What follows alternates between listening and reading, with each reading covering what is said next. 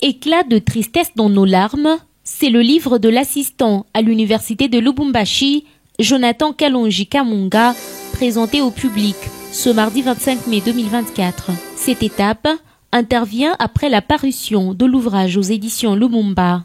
La salle Irma à Lubumbashi a vibré au rythme de l'accueil de ces recueils des poèmes qui dénoncent la guerre et tant d'autres vices qui rongent la RDC. Ouvrage préfacé par le général Edi Kapand Irung, commandant de la 22e région militaire. Tu es jeune, mais tu viens de réaliser un coup de maître et chez toi, la valeur n'a pas attendu les nombreuses années.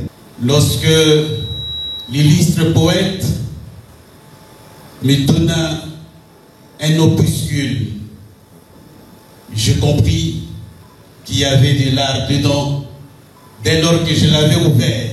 Et puisque c'est rare de trouver des textes présentés de la sorte, je voudrais vous demander d'applaudir pour l'auteur. Le préfacier du livre, le général Edi Kapand Irung, n'a pas manqué de complimenter l'auteur, une fierté non seulement pour la communauté scientifique, mais aussi pour l'université de Lubumbashi. Une occasion de rappeler les effets néfastes du mal causé par la guerre. Que chacun de nous se mette debout pour dire non à la guerre, pour dire non à la violence, parce qu'elle détruit l'humanité.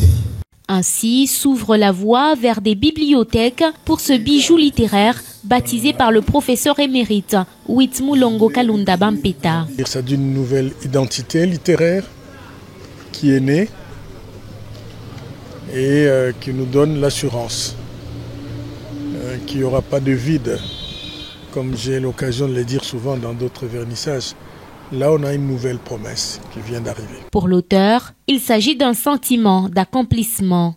Nous avons essayé de montrer ce qu'a fait ou apporté cette guerre à l'est de notre pays, mais nous avons également donné de l'espoir au peuple congolais. Malgré cette guerre, arrivera un jour où la paix régnera sur cette terre. En guise de remerciement pour sa collaboration, un portrait a été remis au général Edi Kapand Irung. Cette cérémonie de présentation publique du livre Éclat de tristesse dans nos larmes a aussi connu des moments forts comme le témoignage de Djouma, victime de la guerre dans l'est de la RDC, devenu aveugle. Un spectacle reprenant les différents poèmes de l'ouvrage a également été livré.